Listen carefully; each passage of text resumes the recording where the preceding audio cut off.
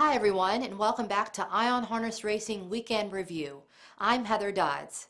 Swedish champion Sebastian K was an impressive winner in the $175,000 Arthur J. Cutler Memorial Final at the Meadowlands this past Saturday night, defeating a field of 10 top free-for-all trotters in 150 and 2. The Cutler was the first major test of the season for the older trotters and was expected to feature a marquee matchup between last week's elimination winner Sebastian K and Market Share. However, that matchup never came to pass when Market Share made an uncharacteristic break in the first turn and fell totally out of contention. Modern Family went to the early lead with Sebastian K enjoying a perfect trip in the pocket. Approaching the final turn, Sebastian K was flushed out, trotting alongside Modern Family as they raced as a team past the 122 and 4 3/4. By mid-stretch, Sebastian K was edging by that rival on his way to a 1.5 length win in a stakes record 150 and 2. Modern Family held well to be a second, while Sevruga followed up close throughout and was third. Our Ken Weingartner caught up with Sebastian K's owner Michael Knutsson and second trainer Bernie Noren following the race. The weather was not the greatest tonight. It was not the humid it was last week and not the warm. And one other question is they were slowing down a little bit after the half. They was cutting down the mile a bit time-wise. So we know he's one of the best, and we know that deep inside he has the capacity to break the world record. So we knew, and now he's introduced to this audience also. Many of the leading horsemen from the heyday of Roosevelt Raceway were at the Meadowlands this past Saturday for Roosevelt Raceway Legacy Night. Activities included a Roosevelt driver autograph session with Hervé Filion, Carmine Abatello, Ben Webster, Lucien Fontaine, Merritt Doki, and many other top Roosevelt drivers. Some great memorabilia was on display, compliments of the Harness Racing Museum, along with a race with current Meadowlands drivers wearing the silks of former Roosevelt regulars. Yannick Gingras, driving the one-horse caution signs, won the race wearing the colors of Lucien Fontaine. Ken Weingartner caught up with Lucien Fontaine and Carmine Abatello as they shared their thoughts on the memorable evening. It's unbelievable. It brings so many good memories back.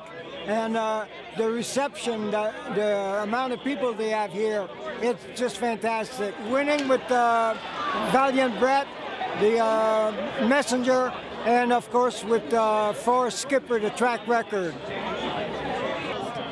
I want to see how old everybody's getting. I want to see if they look worse than me, and it's about a tie. I won the Levy pace. Yeah. That was my favorite night, that night. But Newt Lobel. What year was that? Don't even ask. Don't even ask. The great thing I love about Roosevelt Race is when you're coming around the last turn, you could actually feel the grandstand shaking. That's how many people used to go to the racetrack. And that's what I love about Roosevelt Race. There's a lot of action. The world is full of compromises, but not here. Not on this stage, not in this race, not in this sport. Every bet is a hope. Return on investment comes in seconds.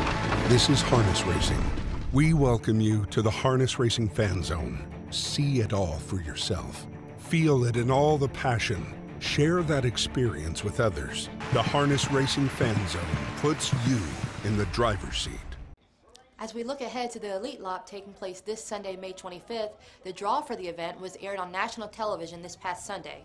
Drawing post position 6 in the first elimination was Maven with Yannick Gingras, and in the second elimination, Jimmy Takter's Uncle Peter with driver David Miller drew post position 3.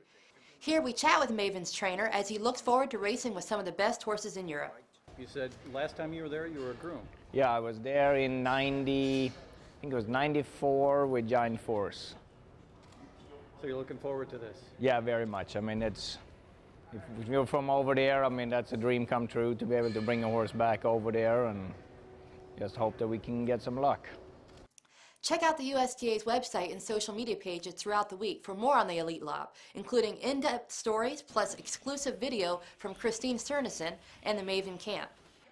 Miami Valley Raceway in Southwest Ohio concluded their first ever meet earlier this month as they presented their first ever National Grand Circuit Stakes races. The Coons brothers put in a great racetrack here, and our track crew has done a magnificent job maintaining it.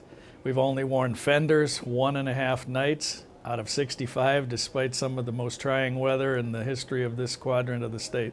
I expect much higher purses, I expect better horses, and some additional new drivers, although there was nothing wrong whatsoever with our drivers colony this year. It was deep.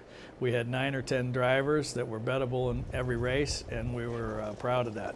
And the things that we did wrong, we will work on and try to correct for our second season.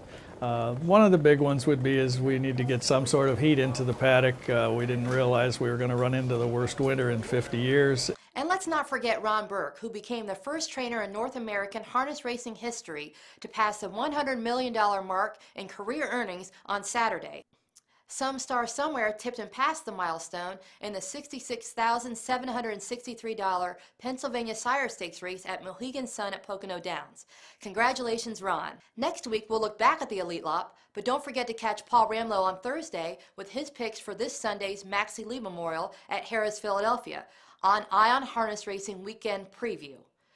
Remember to follow us on Facebook and Twitter and catch all the latest news on ustrotting.com. See you next time on Ion Harness Racing Weekend Review.